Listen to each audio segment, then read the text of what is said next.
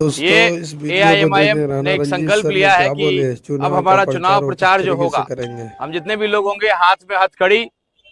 जो गुलामी की जंजीरें हम लोग जिससे बंधे हुए हैं, खास करके हमारे मुस्लिम भाई, हम लोग भी भाजपा के गुलाम ही हैं। अगर जिस समाज से हम लोग आते हैं, हम लोग भी दरी ही बिछा रहे हैं भाजपा का। तो कहीं ना कहीं जितने भी वंचित लोग हैं, हमारे राजपूत समाज कहिए, दलित समाज कहिए, और मुसलमान समाज,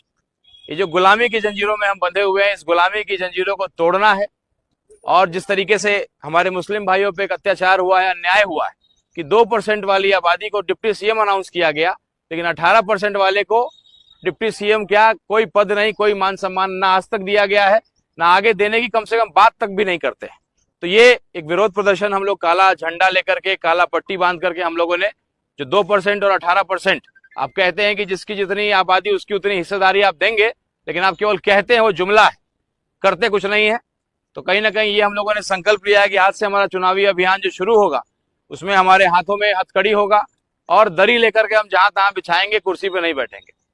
और जिस दिन हमारे 28 तारीख को हमारे बैरिस्टर सदीन ओवैसी साहब आज ही आएंगे ढाका खेल मैदान में 11 बजे,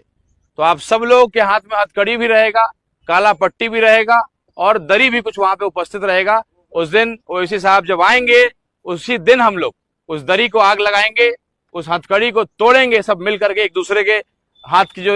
गुलामी की जो हथकड़ी है, जो जंजीरें हैं, उसको एक दूसरे की सहायता से काटेंगे, तोड़ेंगे। और उस दिन हम लोग ये काला गमछा को भी हटाएंगे और ये संकल्प लेंगे कि आने वाला जो चुनाव होगा, जहां जहां भी एआईएमआईएम लड़ रही है, वहां हम लोग गुलामी की जंजीरों को तोड़ करके एक नई पार्टी को एक मजबूत करेंगे, एक विभाग नेता को मजबूत करेंगे, ताकि इस गुलामी से और जो हिस्सेदारी जो मिलनी चाहिए 18% वाले को, वो मिल सके। तो आइए इसमें हिस्सा लीजिए